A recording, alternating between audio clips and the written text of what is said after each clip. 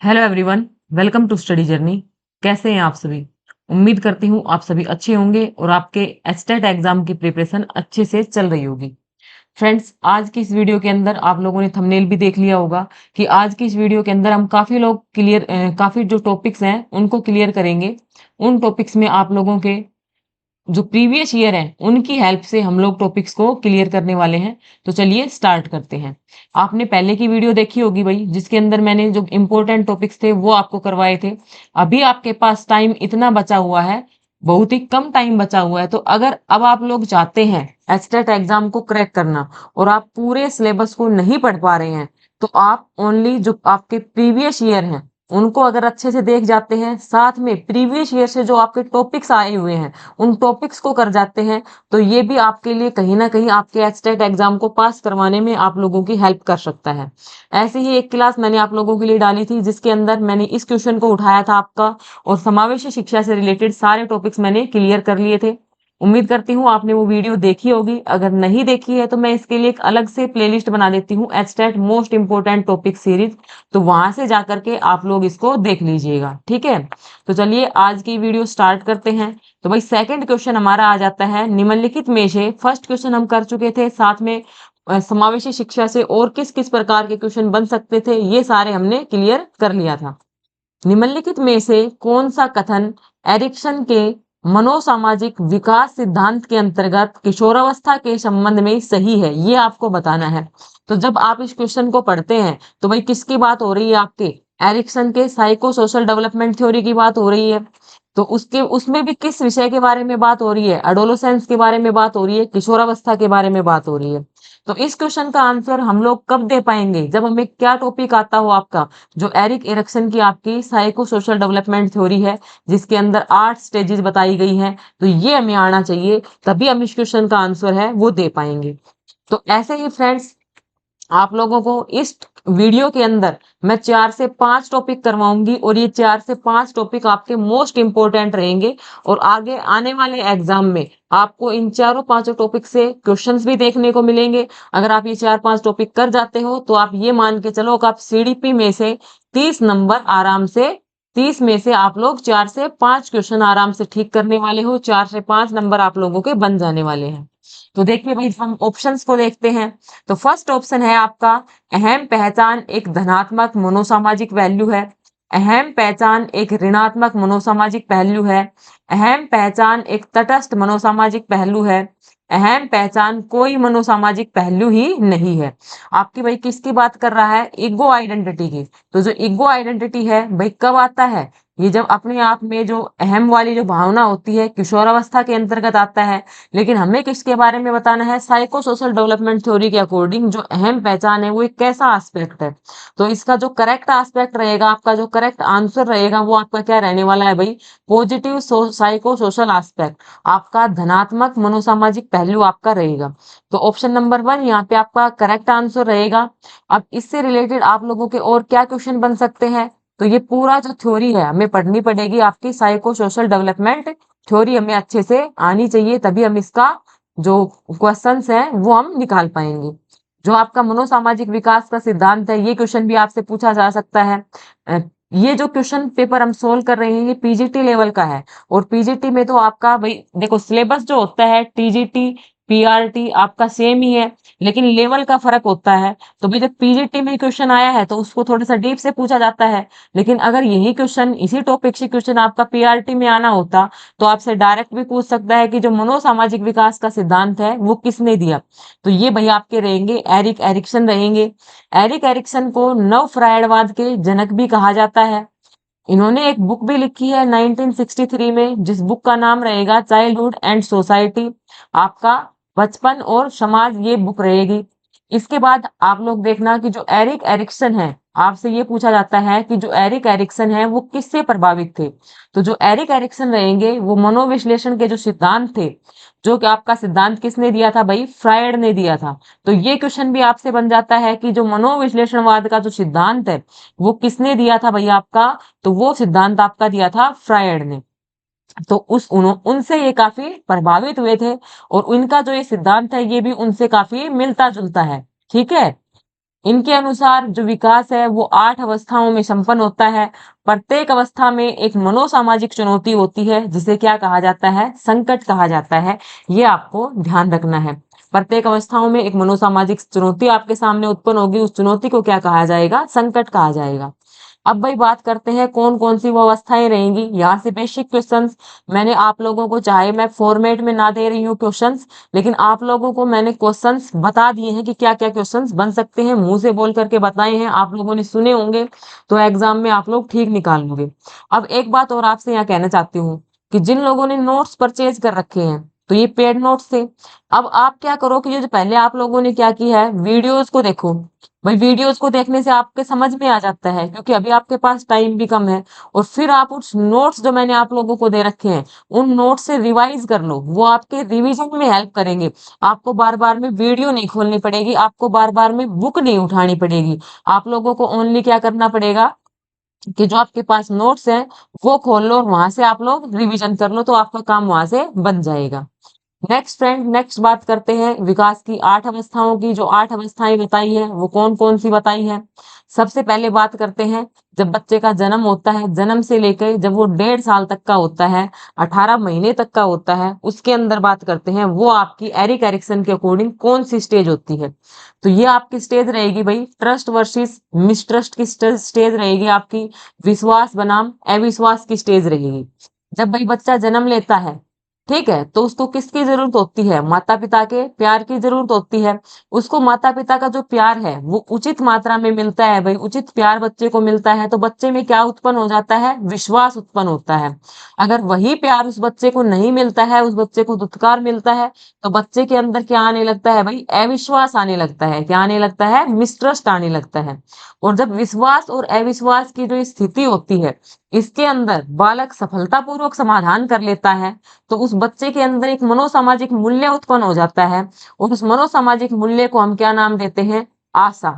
उस मनोसामाजिक मूल्य को, जो उसके अंदर वैल्यूज ऐड हो रही हैं, वो वैल्यूज उसके अंदर क्या ऐड होती है भाई? होप। आशा करना वो स्टार्ट कर देता है। तो भाई ये रहेगा आपकी first stage, trust versus mistrust. आपको ध्यान रखनी है। आपसे क्वेश्चन किसी भी प्रकार से पूछा जा सकता है। आपसे पूछ सकता है कि एरिक एरिक्सन के अकॉर्डिंग जन्म से 18 महीने का जब बच्चा होता है तो कौन सी स्टेज होती है, तो कौन सी रहेगी आपकी? ट्रस्ट वर्सेस मिसट्रस्ट की स्टेज रहेगी। ये आपको बताना पड़ेगा। फिर आपसे पूछ सकता है कि बच्चे के अंदर जो होप, आशा जो होती है, ये मनोसामाजिक वैल्यू किस स्टेज में उत्पन्न होती है, तो किस स्टेज में होती है भाई? ट्रस्ट वर्सेस मिसट्रस्ट में होती है। जो फ्रायड ने जो स्टेज दी थी, तो ट्रस्ट वर्सेस मिसट्रस्ट की जो तुलना है वो फ्रायड के अकॉर्डिंग जो ओरल स्टेज थी, मुखिया जो अवस्था थी, उससे उसकी तुलना की जाती है। ये भी आपको ध्यान रखना है कि जो आपके एरिक्सन साहब थे, इनकी जो फर्स्ट स्टेज थी उसकी तुलना आपकी ओरल स्टेज से की जाती है, मुखिया स्टेज से की जाती है। कि भाई जो सारे जो फंक्शंस होते हैं इस टाइम पे बच्चा कहाँ से करता है? ओरली ही पूरा करता है। और सबसे इंपॉर्टेंट इवेंट अगर इस टाइम का पूछा जाए तो वो आपका क्या होता है भाई? फीडिंग होता है। ये आपको ध्यान रखना है। बच्चा इस समय किस अवस्था में होता है? शैशवकाल अवस्था में होता है, शिशु होता है, इन्फेंसी स्टेज होती है। ये भी आपको ध्यान रखनी है। इंपॉर्टेंट इवेंट फीडिंग क्यों रहेगा भाई? कि बच्चा जो है इस समय पे, जब जन्म से 1.5 साल का बच्चा है, तो उस टाइम पे क्या कर रहा है भाई? अपनी जो जरूरतें हैं वो अपने मुंह से ही पूरी करता है। तो इंपॉर्टेंट इवेंट यहाँ पे फीडिंग आ जाएगा। ओके, क्लियर है। नेक्स्ट भैया आपके सामने सेकंड स्टेज आती है स्वायत्ता व संदेह की अवस्था। स्वायत्ता, ऑटोनोमी वर्सेस आपकी सेम और डाउट की जो स्टेज है वो आ जाती है। अब बच्चा आपका हो चुका है भाई 1.5 साल का। 1.5 साल से 3 साल तक की ये स्टेज रहेगी। इस स्टेज में क्या होता है कि भाई बालक को माता पिता से विश्वास उत्पन्न हो गया, भाई माता पिता में विश्वास उत्पन्न हो गया बच्चे का, क्योंकि जब उसके माता पिता उसको उचित प्यार दे रहे हैं तो विश्वास की भावना उसके अंदर उत्पन्न होती है। ठीक है, उसके अंदर आशा की उम्मीद जगने लगती है, उसके अंदर इस मनोसामाजिक मूल्य का विकास होता है। और अब बच्चा क्या चाहता है कि वो जो अपने कार्य है उनको इंडिपेंडेंटली करे, स्वतंत्र रूप से करे, वो किसी की भी हेल्प ना ले। ठीक है, जैसे कि खुद नहाना पसंद करेगा, कपड़े पहनना पसंद करेगा, खुद अपनी मर्जी से काम करना चाहता है। तो उस टाइम पे अगर भाई माता पिता बच्चे को प्रोत्साहित ना करके डांट देते हैं, तो इससे उसके अंदर किसकी भावना आती है भाई? संदेह की भावना आती है, उसको शक होना स्टार्ट हो जाता है। ठीक है, और वह अंदर से लज्जा महसूस करते हैं। अगर वही बच्चे माता पिता जो होते हैं वो बच्चे को प्रोत्साहित करते हैं तो उसमें ऑटोनॉमी की भावना विकसित होने लगती है। और इस ऑटोनॉमी और डाउट्स के जो कॉन्फ्लिक्ट होता है, इस संघर्ष से यदि बच्चा निकल जाता है तो बच्चे के अंदर एक सामाजिक मूल्य उत्पन्न होता है। उस सामाजिक मूल्य को नाम दिया गया है विल पावर। बच्चे के अंदर अ, इच्छा शक्ति जागृत होती है बच्चे के अंदर। ठीक है, तो ये रहेगी भाई आपकी सेकंड स्टेज रहेगी। जब बच्चा खुद करने की कोशिश करता है तो उस समय पे माता पिता या तो उसको डांटते हैं या उसको क्या करते हैं भाई, प्रोत्साहित करते हैं। और इन दोनों के कॉन्फ्लिक्ट से जब बच्चा निकल जाता है ऑटोनॉमी वर्सेस डाउट की स्टेज से, तो बच्चे में विल पावर का डेवलपमेंट होता है। और यहाँ पे जो इम्पोर्टेंट फीडिंग रहेगा भाई, इम्पोर्टेंट फीडिंग 3 साल तक के बच्चे में इम्पोर्टेंट फीडिंग आपकी क्या हो सकती है भाई, उसकी टॉयलेट ट्रेनिंग। ठीक है, तो ये आपका इम्पोर्टेंट इवेंट रहेगा। ये कौन सा काल होता है आपका भाई, अर्ली चाइल्डहुड होता है। ठीक है, ये भी ध्यान रखने हैं। फ्रायड की कौन सी स्टेज से तुलना की जाती है, गुदीय अवस्था से इसकी तुलना की जाती है, जिसको आपका एनल स्टेज आपका बोला जाता है फ्रायड के अकॉर्डिंग। ये चीजें आपको ध्यान रखनी है। कहीं से भी क्वेश्चन आ सकता है, जो मैं बातें आपको बोल करके बता रही हूँ वो सारी आप क्वेश्चन फॉर्मेट में चाहे तो नोट भी कर सकते हैं। नेक्स्ट देखिए भाई, नेक्स्ट आता है पहल बनाम अपराध भावना, इनिशिएटिव वर्सेस गिल्ट। अब क्या कर आज कौन सी स्टेज आती है भाई आपकी, इनिशिएटिव वर्सेस गिल्ट की स्टेज आती है, पहल बनाम अपराध की भावना। बच्चा कितने साल का हो चुका है, 3 साल का। 3 साल से 5 साल तक की ये जो स्टेज होती है, इसके अंदर बच्चा क्या करता है भाई, बच्चे के अंदर क्या आ चुके, क्या क्या मूल्य आ चुके, बच्चे के अंदर होप आ चुकी, आशाएं जागृत हो चुकी, विल पावर बच्चे के अंदर आ चुकी, इच्छा शक्ति जागृत हो चुकी। अब बच्चा उत्सुकता से नवीन कार्य करने की पहल करता है, नए काम करना चाहता है 5 साल की उम्र में। कि इस पहल को माता पिता स्वीकार ना करके क्या कर देते हैं भाई, आलोचना करते हैं। तो उसमें कौन सी भावना उत्पन्न होती है, गिल्ट की भावना उत्पन्न होती है, दोष की भावना उत्पन्न होती है। यदि मैं इस संकट का समाधान कर लेता है तो उसको क्या मिलने लग जाता है, एक पर्पज मिलता है, उसको एक एम मिलता है, किसी भी काम को करने का एक उद्देश्य मिल जाता है। तो अब बच्चे के अंदर कौन सा मनोसामाजिक वैल्यू उत्पन्न हो जाता है, उद्देश्य। तो देखा भैया आपने, फर्स्ट पहले कौन सा था, होप, ट्रस्ट वर्सेस मिसट्रस्ट। उसके बाद आपका second stage I autonomy versus same और डाउट की स्टेज। उसके बाद बच्चा भाई क्या करता है, खुद से कामों को करने की पहल करता है। तो इनिशिएटिव वर्सेस गिल्ट की जो भावना आती है वो बच्चे में आती है। बच्चा खुद से काम, नए नए काम करने की कोशिश करता है, कुछ बिगाड़ना सीखता है, कुछ बनाना सीखता है। अगर उस टाइम पे बच्चे को डांट दिया जाता है तो उसमें गिल्ट की भावना आ जाती है। और जब बच्चा इनिशिएटिव वर्सेस गिल्ट के स्टेज से निकल जाता है, उसका सफलतापूर्वक समाधान कर लेता है, तो भाई उसको क्या मिल जाता है, एक पर्पज मिल जाता है, किसी भी नए काम को करने का इनिशिएटिव मिल जाता है। Okay, clear. इसके अंदर इंपॉर्टेंट इवेंट आपका रहेगा भाई एक्सप्लोरेशन। ठीक है, चीजों को, नई नई चीजों को वो एक्सप्लोर करता है, उनका अन्वेषण करता है। तो ये आपका इंपॉर्टेंट इवेंट रहेगा। बच्चे के अंदर जब भी पर्पज मिलने लगता है तो सेंस ऑफ लीडरशिप आने लगती है, ये भी आपको ध्यान रखना है। आपसे पूछ ले भाई सेंस ऑफ लीडरशिप बच्चे के अंदर किस स्टेज के दौरान आती है, अकॉर्डिंग टू एरिक एरिक्सन, ये आपको ध्यान रखना है। अब भाई ये कौन सी एज है आपकी भाई, प्री स्कूल एज है। कौन सी एज है भाई, 3 से 5 जब बच्चा हो जाता है तो कौन सी एज है भाई आपका, प्री स्कूल में जाने लायक हो जाता है। तो ये आपकी क्या है भाई, प्री स्कूल एज है। ठीक है, यहाँ पे जो आपका स्टेज जो रहेगी फ्रायड के अकॉर्डिंग, इस स्टेज को क्या नाम दिया गया है, फैलिक स्टेज। क्या नाम दिया गया है, फैलिक स्टेज, लैंगिक काल इस अवस्था को कहा गया है। ये भी आपको ध्यान रखना है। सबसे पहले फ्रायड ने कौन सी बताई थी भाई, मुखिया। ठीक है, ओरल स्टेज। उसके बाद आपकी गुदीय, एनल स्टेज। थर्ड आपकी आ गई है लैंगिक स्टेज, आपकी फैलिक स्टेज। ओके, अब चलते हैं फोर्थ स्टेज पे। फोर्थ स्टेज आती है परिश्रमशीलता बनाम हीनता।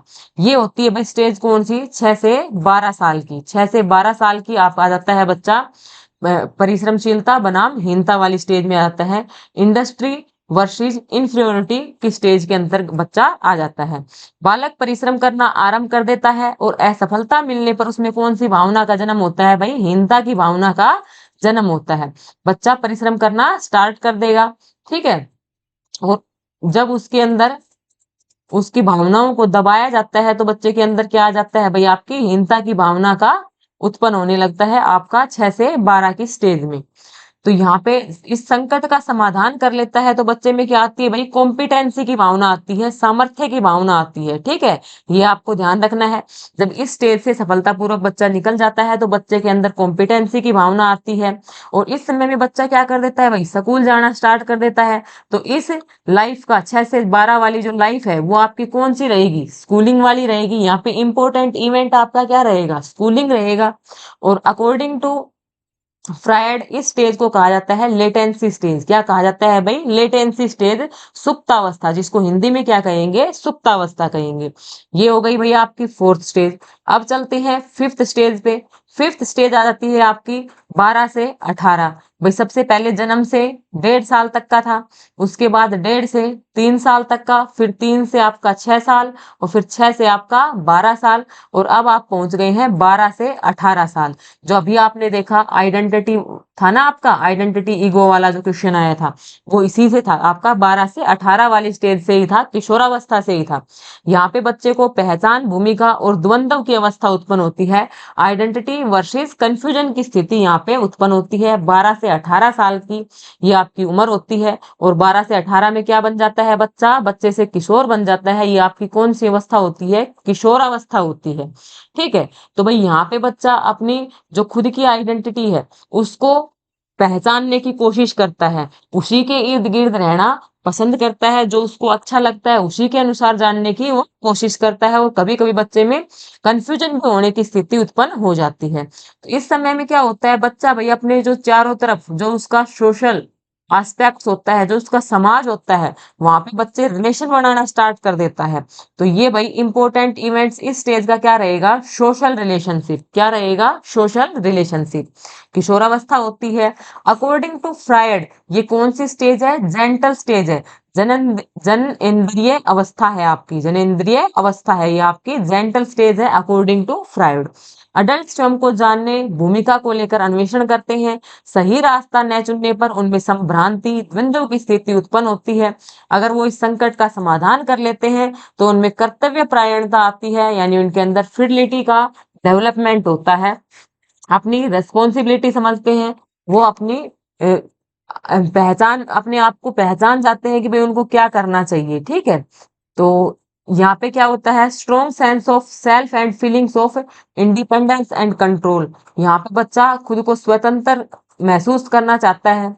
तो ये रहेगी आपकी भाई किशोरावस्था, जहाँ पे आपका जो भाई बच्चे के अंदर क्या आती है, अहम को पहचानने की जो अवस्था है उसका यहाँ पे विकास होता है।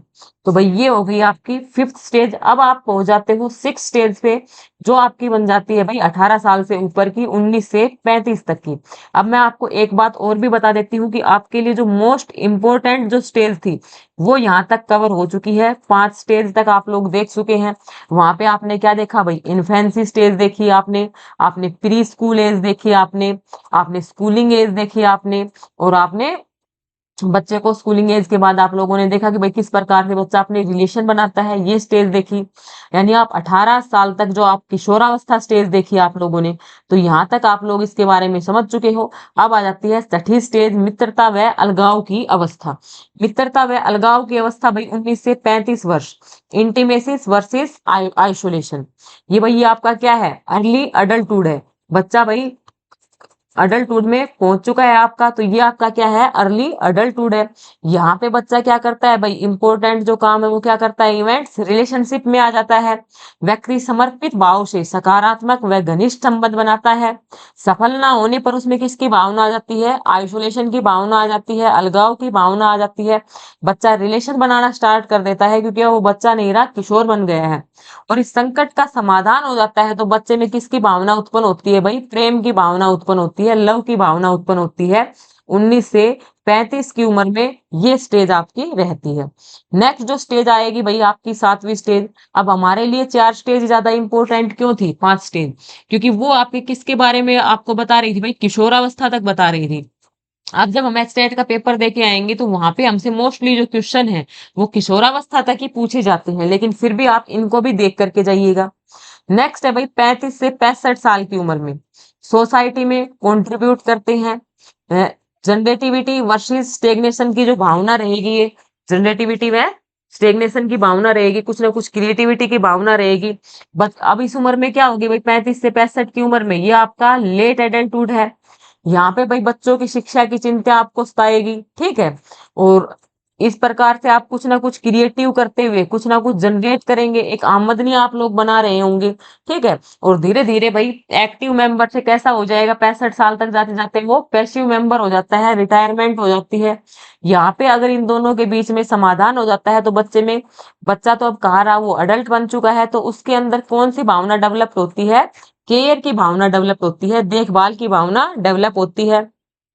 यहाँ पे जो इम्पोर्टेंट इवेंट क्या रहेंगे भाई, 35 से 65 साल का जो एक व्यक्ति है उसमें इम्पोर्टेंट इवेंट्स क्या रहेंगे भाई, वो कुछ ना कुछ आजीविका के लिए कुछ ना कुछ काम कर रहा होगा। और साथ में उसमें किसकी भावना आ जाएगी, पेरेंटहुड की। जो उसके बच्चे हैं उनको वह किस प्रकार से संभाल रहा है, किस प्रकार से उनका पालन पोषण कर रहा है, ये भावना उसके अंदर उत्पन्न हो जाती है। नेक्स्ट बात करते हैं, नेक्स्ट और जो लास्ट आपकी स्टेज रहेगी, संपूर्णता व हताशा की भावना। यहाँ पे इंटीग्रेटेड वर्सेस डेस्पेयर की जो भावना आती है, ये आपकी कौन सी एज है भाई, ओल्ड एज है, ठीक है। 65 वर्ष से अधिक वर्ष का मनुष्य हो चुका है, और जब वो संपूर्णता और हताशा के बीच में एक संकट समाधान कर लेता है तो उसके अंदर क्या आने लगती है भाई, मैच्योरिटी उत्पन्न होती है, परिपक्वता उत्पन्न होती है। यहाँ पे इंपॉर्टेंट इवेंट्स आपका क्या रहेगा भाई, रिफ्लेक्शन ऑन लाइफ। अब 65 साल के बाद व्यक्ति ये सोचना स्टार्ट कर देता है अपनी जो लाइफ थी, अब वो आगे की नहीं सोचता। अब तक तो वो क्या कर रहा था, फ्यूचर के बारे में सोच रहा था।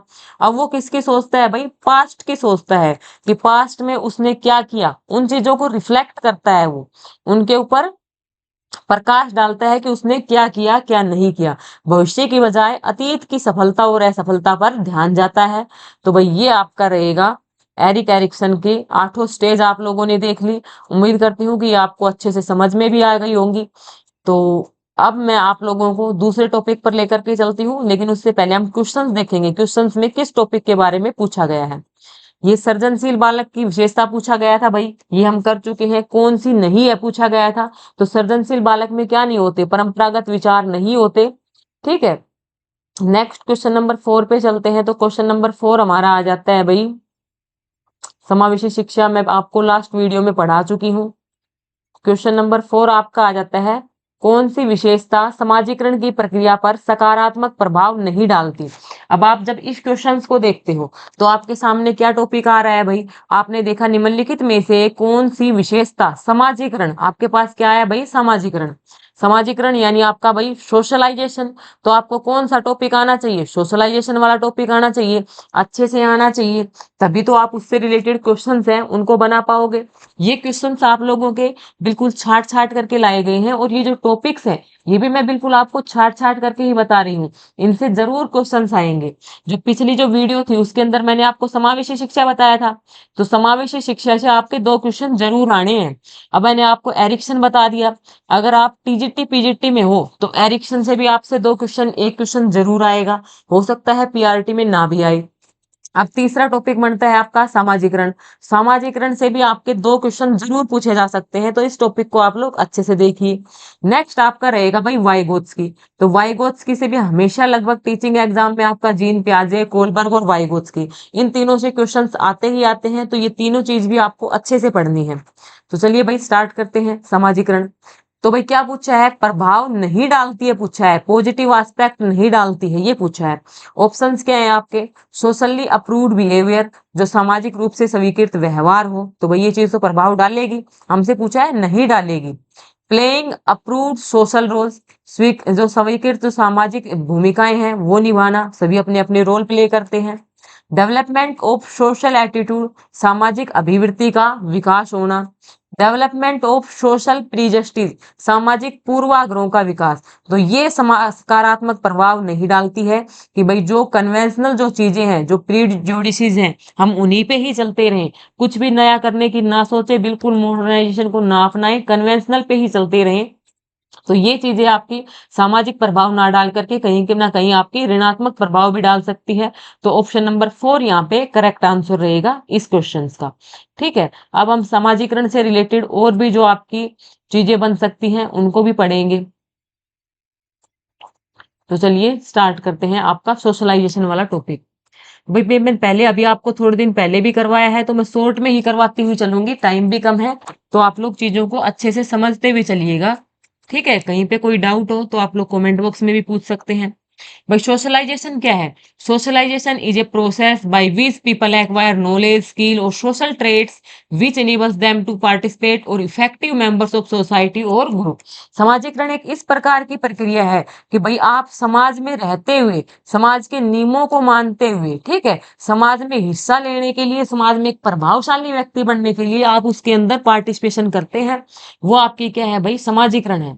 समाजीकरण एक ऐसी प्रक्रिया है जिसके द्वारा लोग ज्ञान, कौशल, शील गुण अर्जित करते हैं, जो उन्हें समाज में एक कैसा सदस्य बनाती है? प्रभावी सदस्य बनाती है। ठीक है, तो ये आपका हो गया भाई सोशलाइजेशन। प्रोसेस ऑफ सोशलाइजेशन, जो सोशलाइजेशन का प्रोसेस है वो कहाँ से स्टार्ट हो जाता है भाई? चाइल्ड रेयरिंग, जो आपका पालन पोषण होता है वहीं से स्टार्ट हो जाता है आपका समाजीकरण का प्रोसेस, कि आपका जो पालन पोषण है वो किस प्रकार से हुआ है, किस परिवेश में हुआ है। जैसे कि आप लोगों ने वो पहले आप जो पढ़ते थे ना, तो दो तोतों वाली कहानी पढ़ी होगी, तो उसके अंदर क्या था भाई? जो एक तोता था, एक जो पक्षी था, वो तो चला गया भाई डाकुओं के उसमें, और एक जो पक्षी था वो आपका चला गया संतों के पास। तो जो संतों वाला था वो तो संतों वाली वाणी बोलने लगा, और डाकुओं वाला मारने काटने की वाणी बोलने लगा। तो समाज का फर्क पड़ता है, किस प्रकार के परिवेश में हमारा अ, हमारी ग्रोथ हो रही है, तो इससे डिपेंड करता है ये सब चीजें। तो भाई क्या होगा? फर्स्ट आपका हो जाएगा चाइल्ड रेयरिंग। नेक्स्ट है भाई कोऑपरेशन, सहकारिता की भावना, सहयोग की भावना सीखता है। उसके बाद भाई एसिमिलेशन, उन चीजों का आत्मीकरण करता है, और धीरे धीरे उनका क्या करता है भाई? इमिटेशन, नकल करने लगता है। जो समाज के अंदर जो चीजें हैं उनका धीरे धीरे भाई वो क्या किया उसने? कोऑपरेशन की भावना सीखी समाज से। उसके बाद क्या करता है? उन चीजों को आत्मीकरण करता है, उनको स्वीकार करने की कोशिश करता है, और फिर उनका क्या करता है भाई? इमिटेशन करता है। और इस प्रकार से भाई सोशल टीचिंग उसके अंदर होती है, और उसको रिवार्ड एंड पनिशमेंट भी दिए जाते हैं। तो ये आपका प्रोसेस रहेगा सोशलाइजेशन का। अब भाई आगे देखते हैं इसके अंदर। तो भाई नेक्स्ट है यहाँ पे फीचर्स, कि भाई फीचर्स क्या क्या होते हैं। और ये जो नोट्स है फ्रेंड्स, ये इस प्रकार से इसलिए बना रखी हैं ताकि आपका जो समय है वो भी कम जाए, और ये शॉर्ट नोट्स हैं आप, ताकि आप फटाफट से सारी चीजों को रिवाइज कर पाओ। तो इसके जो फीचर्स हैं भाई, विशेषताएं क्या क्या होती है आपकी? फॉर्मल एंड इनफॉर्मल होता है आपका भाई। फॉर्मल कैसे होगा? देखो, आपका जो समाजीकरण है वो फॉर्मल भी हो सकता है और इनफॉर्मल भी हो सकता है।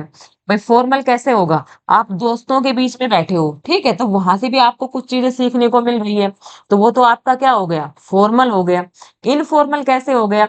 आपको कोई सोसाइटी के रूल रेगुलेशन बताए जाते हैं, सॉरी उल्टा बता दिया मैंने आपको, आपको रूल रेगुलेशन बताए जाते हैं कि भाई आपको इस सोसाइटी में रहना है, आपको इन रूल के हिसाब से रहना पड़ेगा, तो वो तो आपका क्या है? फॉर्मल है। लेकिन जब आप सोसाइटी में रहते हुए लोगों से मिलते हो, बगैर कुछ किसी कॉपी पेन के, बगैर कुछ मतलब बताए आप लोग उनसे चीजें सीखते हो, तो वो आपका क्या रहेगा? इनफॉर्मल रहेगा। समाजीकरण क्या होता है भाई? कॉन्टिन्यूअस होता है, लगातार होता रहता है, बचपन से ही स्टार्ट हो जाता है। Helps to control human behaviour, जो मानव का जो व्यवहार है उसको भाई कंट्रोल करने में हेल्प करता है। क्योंकि फ्रेंड्स अगर समाज ही ना हो, हम समाज के हिसाब से चले ही ना, तो जिसकी जो मर्जी है वो करता चले। लेकिन हम समाज में भाई सभी को पता है कि भाई चोरी करने पे आप लोगों को सजा मिलेगी, ठीक है, कुछ सामाजिक वैल्यूज हैं, भाई आप लोगों की वहां पे इंसल्ट फील होगी आप लोगों को। तो ये सब चीजें हैं, तभी तो जो वुमेन का जो बिहेवियर है वो कंट्रोल में है।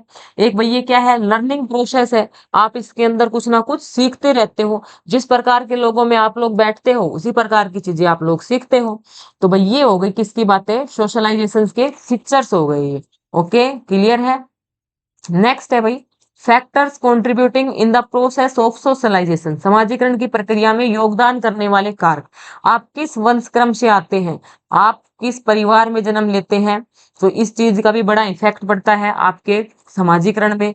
आपका किस प्रकार से शारीरिक विकास हो रहा है, किस प्रकार से आप लोगों का इंटेलेक्चुअल डेवलपमेंट हो रहा है, बौद्धिक विकास हो रहा है, आपकी जो आर्थिक स्थिति है वो क्या है, आप लोगों के अंदर इमोशनल डेवलपमेंट किस प्रकार का है, आप लोग किस कल्चर से आते हैं, किस संस्कृति से आते हैं, आप लोगों की जो भाषा है वो क्या है, ये सभी चीजें समाजीकरण को प्रभावित करती हैं। अब आपसे क्वेश्चन में पूछा जा सकता है कि भाई इनमें से कौन सी समाजीकरण को प्रभावित नहीं करती, तो ये आपको ध्यान रखना है, ये सारी चीजें आपकी समाजीकरण को प्रभावित करती हैं। आप किस प्रकार की भाषा बोलते हैं, क्या आपका कल्चर है, किस प्रकार के लोगों के साथ उठते बैठते हैं, आपका जो शारीरिक स्ट्रक्चर है, आपका जो शारीरिक विकास है वो किस प्रकार से हो रहा है, आपका मेंटली डेवलपमेंट किस प्रकार से है, आपके अंदर इमोशंस कितने हैं, ये सभी चीजें आपके समाजीकरण में योगदान करती हैं। समाजीकरण जो इकाइयां हैं उसके भाई प्रकार देखिए, आपकी जो मेन जो आपके जो प्रकार हैं वो आपके कौन से रहेंगे भाई, दो प्रकार के रहेंगे, कौन कौन से, एक आपकी एक्टिव एजेंसी और एक आपकी पैसिव एजेंसी, ये आपको ध्यान रखना है, इंपॉर्टेंट क्वेश्चन है। एक आपकी सक्रिय इकाइयां और एक आपकी निष्क्रिय इकाइयां। सक्रिय इकाइयां क्या होती है, जहां पे बच्चे पर सीधा प्रभाव पड़ता है, ठीक है, जैसे कि आपका परिवार हो गया, बच्चे के दोस्त हो गए, बच्चे के पड़ोसी हो गए, बच्चे का स्कूल हो गया, वो किस जाति से है, किस वर्ग से है, तो इनका बच्चे पर क्या पड़ता है भाई, सीधा प्रभाव पड़ता है। तो ये आपकी कौन सी एजेंसी है भाई, एक्टिव एजेंसी है। कौन सी एजेंसी है, एक्टिव एजेंसी। पैसिव एजेंसी में क्या आ गई कि भाई सोशल मीडिया पे क्या चल रहा है, मैगजीन्स में क्या आ रहा है, बुक्स में क्या है, इन चीजों का बच्चे पे डायरेक्ट प्रभाव ना पड़ करके कैसे पड़ता है, इनडायरेक्टली पड़ता है, ये आपकी कौन सी हो जाती है भाई, निष्क्रिय हो जाती है आपकी। तो ये आपकी हो जाएंगी भाई, पुलिस स्टेशन हो गया, सार्वजनिक पुस्तकालय हो गया, railway station, mass media, radio, TV, तो ये आपकी हो गई भाई पैसिव एजेंसी। कौन सी हो गई भाई, पैसिव एजेंसी हो गई, जिन्हें तृतीयक भी कहा जाता है। उसके बाद आपका आता है भाई समाजीकरण की प्रक्रिया में योगदान, भाई परिवार योगदान करता है, विद्यालय योगदान करता है, अध्यापक का भी रोल होता है समाजीकरण में, आप किस खेल से संबंधित है, क्या आपके पड़ोसी हैं, किस प्रकार की सोसाइटी में आप रहते हैं, इन सभी चीजों का आपके सोशलाइजेशन पे इफेक्ट पड़ता है। नेक्स्ट आता है आपके सामाजिकरण के सिद्धांत। तो सामाजिकरण के ये जो 3 सिद्धांत है इनको आप लोग अच्छे से देख लीजिएगा।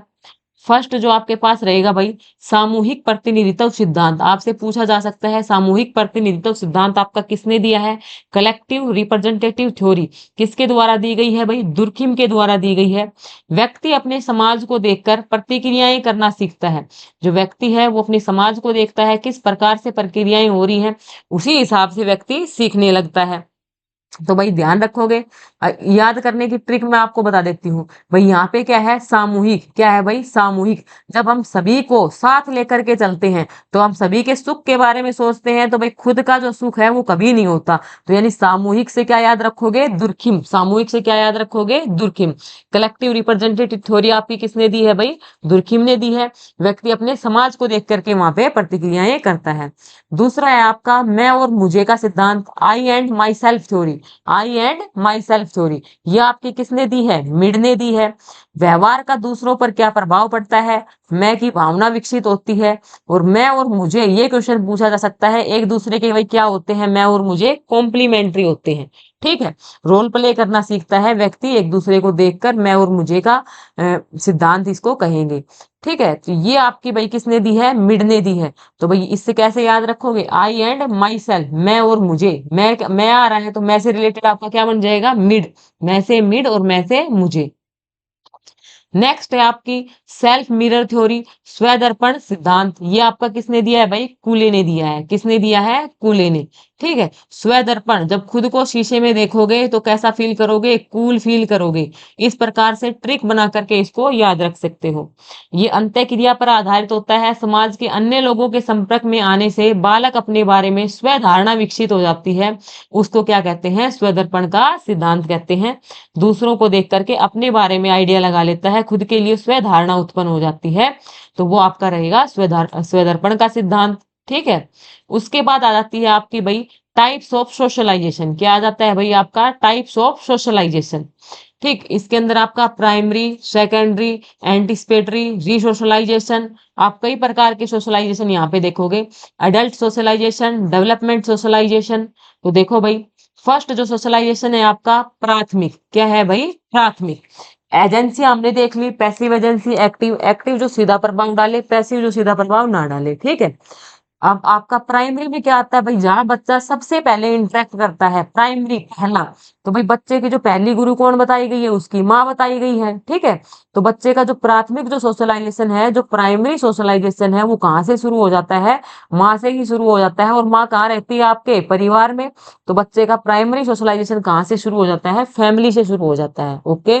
तो परिवार बच्चे का क्या रहेगा भाई, प्राइमरी सोशलाइजेशन रहेगा, ठीक है। नेक्स्ट है सेकेंडरी सोशलाइजेशन, द्वितीयक आपका। तो भाई जो पड़ोस जो होता है, पहले आप बच्चा अपने परिवार में रहता है, उसके बाद कहाँ जाता है, पड़ोस में जाता है, स्कूल में जाता है। पड़ोस और स्कूल और उसके दोस्त, ये आपके किस में आ जाएंगे, द्वितीयक में, सेकेंडरी में आ जाएंगे। नेक्स्ट है भाई एंटिसिपेटरी, प्रत्याशित सामाजिकरण। ये क्या होता है, फ्यूचर रोल को सीखना। एंटिसिपेटरी में क्या आता है, फ्यूचर रोल को सीखना। जैसे कि हम क्या करते हैं भाई, लड़की की शादी करने से पहले उसको क्या कहते हैं कि भाई खाना बनाना सीख ले, तुझे आगे जाके बनाना है ये, इस प्रकार से बोलते हैं ना। तो भाई वो हम उसको फ्यूचर रोल के लिए क्या कर रहे हैं, प्रिपेयर कर रहे हैं। आर्मी ज्वाइन करते हैं, तो आर्मी में ज्वाइन करने से पहले क्या होती है, ट्रेनिंग होती है। जब आप बीएड जेबीटी करते हैं तो वहां पे क्या चलती है, इंटर्नशिप चलती है। तो ये आपका कौन सा समाजीकरण है, एंटीसिपेटरी समाजीकरण है आपका। एंटीसिपेटरी सोशलाइजेशन है, आपको फ्यूचर रोल के लिए पहले से ही तैयार किया जा रहा है। नेक्स्ट आता है रीसोशलाइजेशन, भाई एक काम को छोड़ करके दूसरे काम को अपनाना। जैसे कि मान लो भाई, पहले कोई टीचर था और अभी वो फिलहाल क्या है भाई, किसी और पोस्ट पे काम कर रहा है, मान लो क्लर्क पोस्ट पे काम कर रहा है। तो टीचर वाले जो प्रोफेशन था उसको छोड़ करके जब क्लर्क को अडेप्ट करेगा वो, तो उसको भाई कुछ नया सीखना पड़ेगा। तो भाई ये आपका क्या हो रहा है, रीसोशलाइजेशन। अब यहाँ पे तो मैंने आपको बताया कि भाई लड़की को हम काम सिखाते हैं, अब उस लड़की की हम क्या कर देते हैं, शादी कर देते हैं। तो भाई एक तो वो अपने मायके में रह रही थी, जिस प्रकार से वो रह रही थी उसका मन कर रहा था। अब जब वो ससुराल में रहती है तो वो क्या करती है, वहां के रूल रेगुलेशन सीखना स्टार्ट कर देती है। इसी प्रकार से पहली जॉब छोड़ करके दूसरी जॉब में जब जाते हैं तो उस नए व्यवहार को सीखना आपका क्या कहलाता है, रीसोशलाइजेशन कहलाता है। नेक्स्ट है भाई एडल्ट सोशलाइजेशन, समाज की अपेक्षाओं के आधार पर काम करना। कि जो हमारी सोसाइटी है वो हमसे क्या चाहती है, हम उस आधार पे काम करते हैं, एडल्ट सोशलाइजेशन। डेवलपमेंट सोशलाइजेशन, आप कोई भी स्किल सीखते हैं, कोई भी नया काम सीखते हैं, कुछ ना कुछ अपना कौशल्स का विकास कर रहे हैं, वो आपका आ जाता है डेवलपमेंटल सोशलाइजेशन में, विकासात्मक समाजीकरण में। तो भाई ये आपने देखा, सारे जो सोशलाइजेशन थे वो आपके यहाँ पे कंप्लीट होते हैं। और आपके दो टॉपिक्स यहाँ पे कंप्लीट हो गए हैं। उम्मीद करती हूँ अगर यहाँ से आपका क्वेश्चन आता है तो आप लोग गलत नहीं करके आओगे। नेक्स्ट भाई देखिए, नेक्स्ट जो क्वेश्चन आ जाता है आपके सामने, क्वेश्चन नंबर किस पे पहुंच गए थे हम भाई, क्वेश्चन नंबर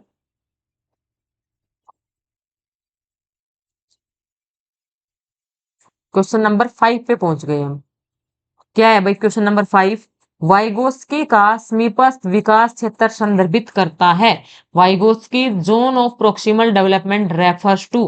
तो भाई जोन ऑफ प्रोक्सिमल डेवलपमेंट आपका जेडपीडी, ये किसने दिया है जेडपीडी, आपसे ये भी पूछा जा सकता है किसने दिया भाई, वाइगोस्की ने। तो वाइगोस्की का जो जेडपीडी है वो क्या बताता है कि बच्चा स्वतंत्र रूप से क्या कर सकता है, what the child can do independently. बच्चा स्वतंत्र रूप से क्या नहीं कर सकता, what did the child can't do independently. बच्चा किसी ज्ञानी व्यक्ति के निर्देशन में क्या कर सकता है, what the child can do with guidance of knowledge of knowledgeable person. बच्चा किसी ज्ञानी व्यक्ति के निर्देशन में क्या नहीं कर सकता, what the child can't do even under guidance of knowledgeable person.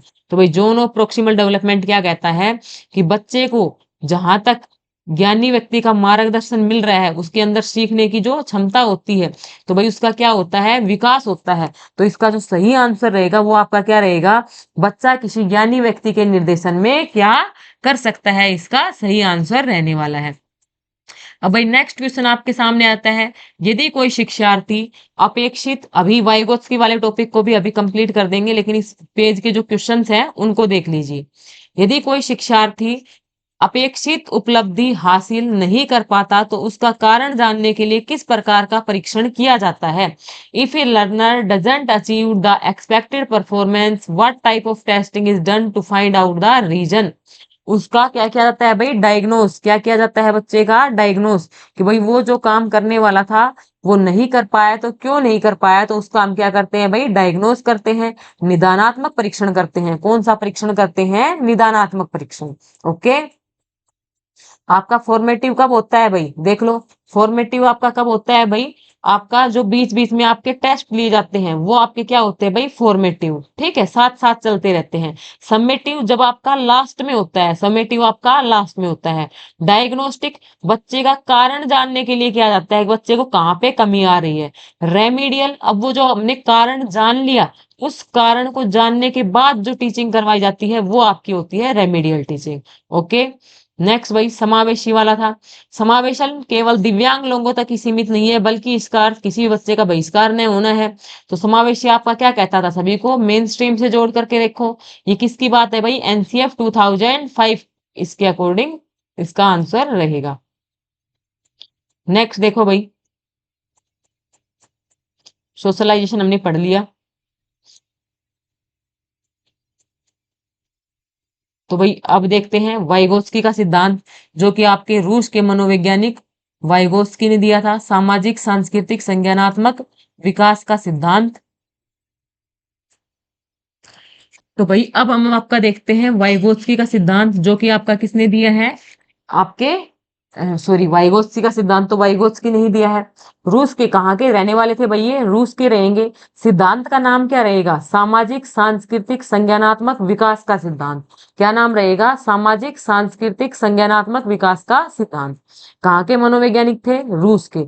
इसके अनुसार एक बालक सामाजिक वातावरण में रहते हुए भाषा के माध्यम से विकास परिपक्वता की दिशा में मानसिक शक्तियों को प्राप्त करता है। इसलिए कहा जाता है कि इन्होंने भाषा का विशेष महत्व दिया। तो भाई जो वाइगोत्स्की साहब थे, उन्होंने क्या कहा कि बच्चा जब समाज में रहता है तो समाज में रहते वो क्या सीखता है भाई, भाषा के माध्यम से क्या प्राप्त करता है, अपना जो सामाजिक विकास है वो करता है। इन्होंने ज्यादा महत्व किसको दिया है भाई, भाषा को सबसे ज्यादा इन्होंने महत्व दिया है।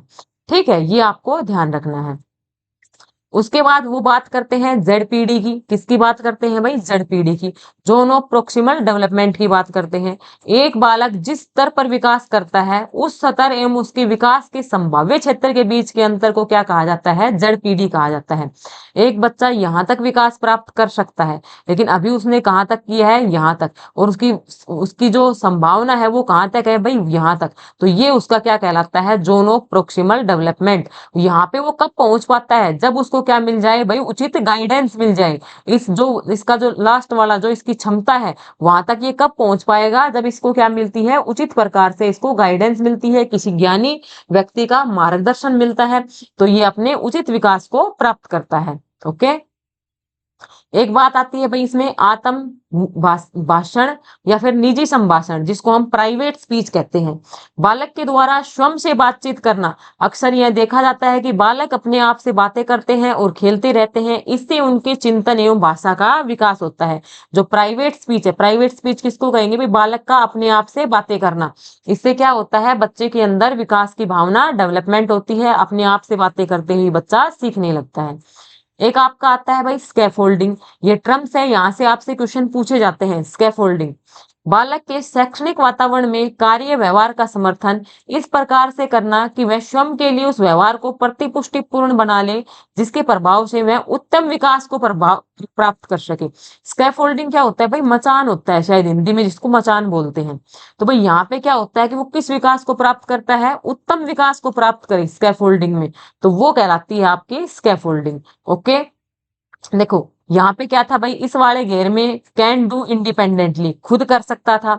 यहाँ तक वह कब करता था, जब उसको गाइड कर दिया जाए किसी ज्ञानी व्यक्ति के द्वारा। तो ये उसकी क्या बन गई भाई, जेडपीडी बन गई, जोन ऑफ प्रोक्सिमल डेवलपमेंट। और यहाँ पे can't do even with guidance, और यहाँ पे तो उसको गाइडेंस भी मिल जाए तब भी वो नहीं कर सकता। जहाँ पे वो गाइडेंस से मैक्सिमम तक जा सकता है उसको कहते हैं आपका जेडपीडी। ठीक है। और जो इसको गाइड किया जाता है उसको क्या दी जाती है भाई, वो स्कैफोल्ड स्कैफोल्डिंग दी जाती है। क्या दी जाती है बच्चे को? स्कैफोल्डिंग दी जाती है। ये चीजें आपको ध्यान रखनी है। तो भाई ये तो था आपके वाइगोत्स्की के बारे में। इतनी ही जरूरी चीजें हैं जो आपके एग्जाम पॉइंट ऑफ व्यू से आप लोगों के लिए इंपॉर्टेंट है। ठीक है, एक आपके पास जो गैसेल हुए हैं उनको भी देख लीजिए। 3 टॉपिक हम कर चुके हैं। गैसेल का सिद्धांत भी छोटा सा ही है, यहीं पे ही लिखवा रखा है मैंने, तो आप यहीं पे इसको देख सकते हैं। गैसेल का सिद्धांत किसने दिया भाई? अमेरिकी विद्वान थे आप गैसेल। ठीक है, एक डॉक्टर थे, मनोवैज्ञानिक थे।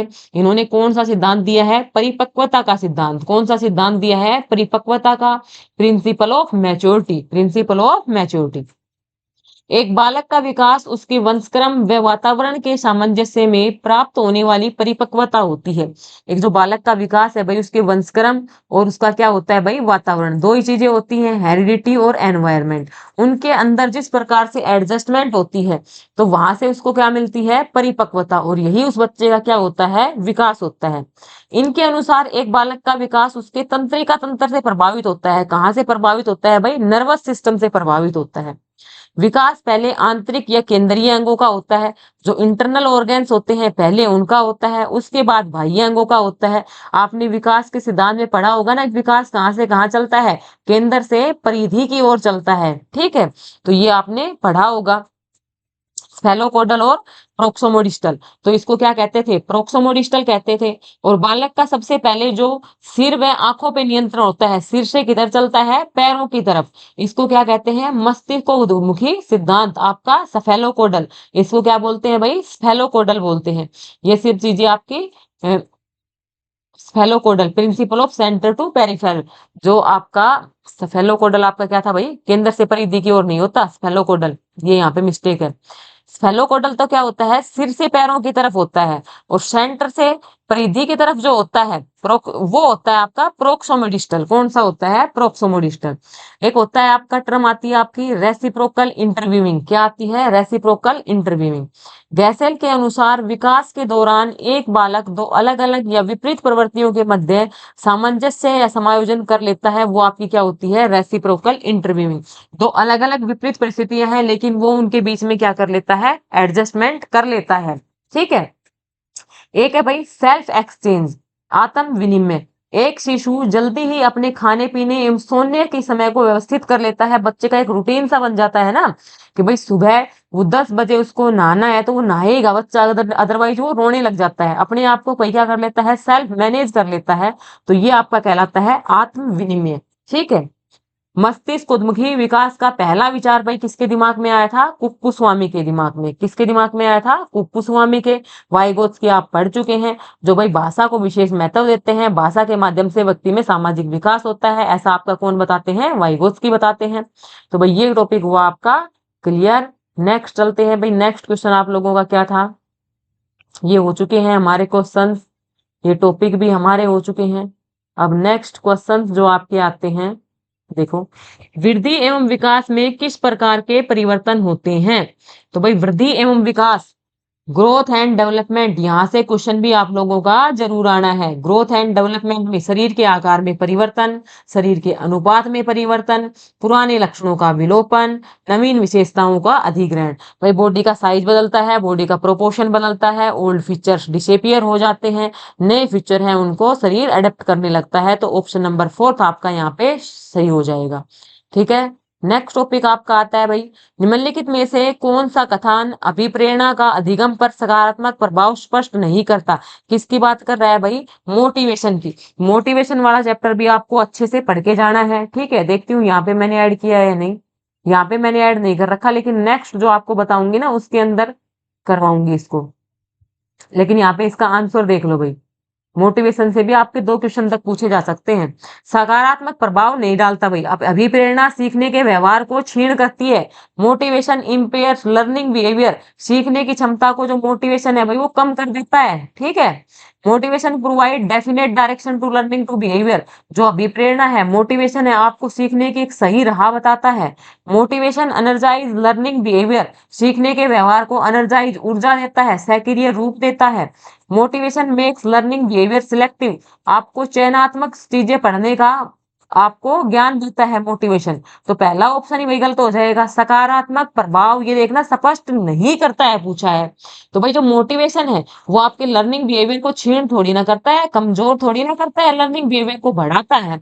मैं आपके लिए वीडियो डालती हूँ कि भाई आप अभी भी 15 दिन में इस एग्जाम को क्रैक कर सकते हो। तो ये आपके अंदर मोटिवेशन क्या करता है, सीखने की जो आपकी क्षमता है उसको इंक्रीज करता है, ना कि उसको डिक्रीज करता है। Okay, clear. अब देखो भाई, ग्रोथ एंड डेवलपमेंट को भी थोड़ा सा देख लो। 4 टॉपिक हम पढ़ चुके हैं, 5वां टॉपिक हमारा क्या है भाई, देखो। बिल्कुल आपको शॉर्ट शॉर्ट वे में समझाते हुए चलूंगी, क्योंकि आप काफी बार पढ़ चुके हो। ग्रोथ क्या होती है भाई, बॉडी की जो स्ट्रक्चर होती है उस और बॉडी की जो शेप होती है भाई, वो ग्रो करती है, ठीक है। यानी सिर्फ आप में फिजिकल चेंजेस आते हैं। क्या चेंजेस आते हैं, फिजिकल चेंजेस आते हैं। एक प्रकार से हर्बर्ट स्पेंसर के अनुसार, सोरेनसन के अनुसार क्या है भाई, आपका शरीर का बड़ा और भारी होना ही क्या होती है, वृद्धि होती है। हरलोक ने क्या बताया है, वृद्धि के आकार अनुपात में परिवर्तन, पुराने लक्षणों का लोप, नवीन का अधिग्रहण। ये हमने क्वेश्चन में अभी देखा। क्रो एंड क्रो के अकॉर्डिंग वृद्धि दैहिक एवं संरचनात्मक परिवर्तन को संदर्भित करती है। विकास आपका क्या होता है भाई, ये आपका ना सिर्फ शारीरिक, आपका मानसिक, सामाजिक, भावात्मक, संवेगात्मक सब प्रकार के पक्षों का एक साथ से डेवलपमेंट जो होता है उसी को आपका विकास कहते हैं। उनमें सभी की ग्रोथ आपकी शामिल है। यानी जो ओवरऑल जो ग्रोथ होती है वो तो होती है आपका डेवलपमेंट, और जो सिर्फ शरीर के बारे में बात करें, शरीर के बड़े होने के बारे में बात करें, वो होती है आपकी भाई आपका ग्रोथ। डेवलपमेंट एक सिक्वेंशियल प्रोसेस है, एक स्लोइंग प्रोसेस है, धीरे धीरे होने वाला प्रोसेस है, ठीक है। हर लोग ने क्या कहा है कि भाई जो डेवलपमेंट है पेरेंटल स्टेज से ही शुरू हो जाता है और डेथ तक चलता रहता है। बिल्कुल सही बात है भाई। इसमें अंतर क्या है, एक विशेष आयु तक चलने वाली प्रक्रिया है ग्रोथ, आपकी हाइट अब रोज थोड़ी ना बढ़ती है। और डेवलपमेंट आपका मृत्यु तक चलता है, एक सही चरण में चलती है। एक विकास जो है उसी के अंदर वृद्धि भी शामिल होती है। ये सब चीजें आप काफी बार देख चुके होंगे। वृद्धि आपकी कोशिकाओं पर आधारित है, ठीक है, जबकि विकास में आपके सभी प्रकार के विकास आ जाते हैं। एक संरचनात्मक चेंज लाती है आपकी, ठीक है, जबकि आपका विकास एक फंक्शनल चेंज लाता है आपके अंदर। सिद्धांत देख लो, यहाँ से क्वेश्चन आ जाता है भाई। निरंतरता का सिद्धांत है, लगातार चलता है। गति दर एक सी नहीं रहती, कभी ज्यादा कभी कम। व्यक्तिगत अंतर का सिद्धांत, सभी के अंदर व्यक्तिगत विभिन्नताएं पाई जाती हैं। विकास क्रम की एक रूपता, भाई सभी का पहले जैसे कि सिर से पैर की तरफ ही विकास होता है। सामान्य से विशिष्ट की ओर, पहले सामान्य काम करना सीखते हैं फिर विशिष्ट काम। एकीकरण का सिद्धांत परस्पर संबंधित है। डेवलपमेंट कैसा है, ये आपको मोस्ट इंपोर्टेंट है, ध्यान रखना है। डेवलपमेंट हमेशा कैसा होता है आपका, स्पाइरल होता है। आपसे पूछा जाएगा कि लीनियर होता है, रेखा में होता है, नहीं, आपका कैसा होता है, चक्रीय होता है, स्पाइरल होता है। आपका हेरिडिटी, आपके एनवायरमेंट और आपके आनुवंशिका का क्या होता है, ये प्रोडक्ट होता है, गुणनफल होता है। दो सिद्धांत हैं, एक आपका स्फेलोकोडल, एक आपका प्रोक्सोमोडिस्टल। स्फेलोकोडल लंबवत सिर से पैर की ओर, प्रोक्सोमोडिस्टल केंद्र से प्रारंभ होकर फिर बाहरी विकास आपका होता है। तो भाई ये आपके 5 टॉपिक मैंने करवाए हैं। उम्मीद करती हूँ कि आपको 5 ही क्वेश्चन आप लोगों को देखने को मिल जाए आपके एग्जाम में। तो आपकी भी जो क्लास है ये पूरी बेनिफिशियल रहे। आपको ये क्लास किस प्रकार की लगी, इस प्रकार की क्लासेस आप लोग आगे चाहते हैं तो कमेंट करके जरूर बताइएगा। टिल एग्जाम हम लोग इसको कंटिन्यू रखते हैं। इसी प्रकार आपकी हिंदी और इंग्लिश की क्लासेस भी चलाई जा रही हैं। चैनल पर फर्स्ट टाइम आए हैं तो चैनल को सब्सक्राइब कर लिए। हम बिल्कुल पॉइंट टू पॉइंट बात करते हैं, कोशिश करती हूँ कि आप लोगों का टाइम बिल्कुल भी वेस्ट ना हो। यही मेरी आप बिल्कुल कोशिश रहती है। Thanks for watching this video.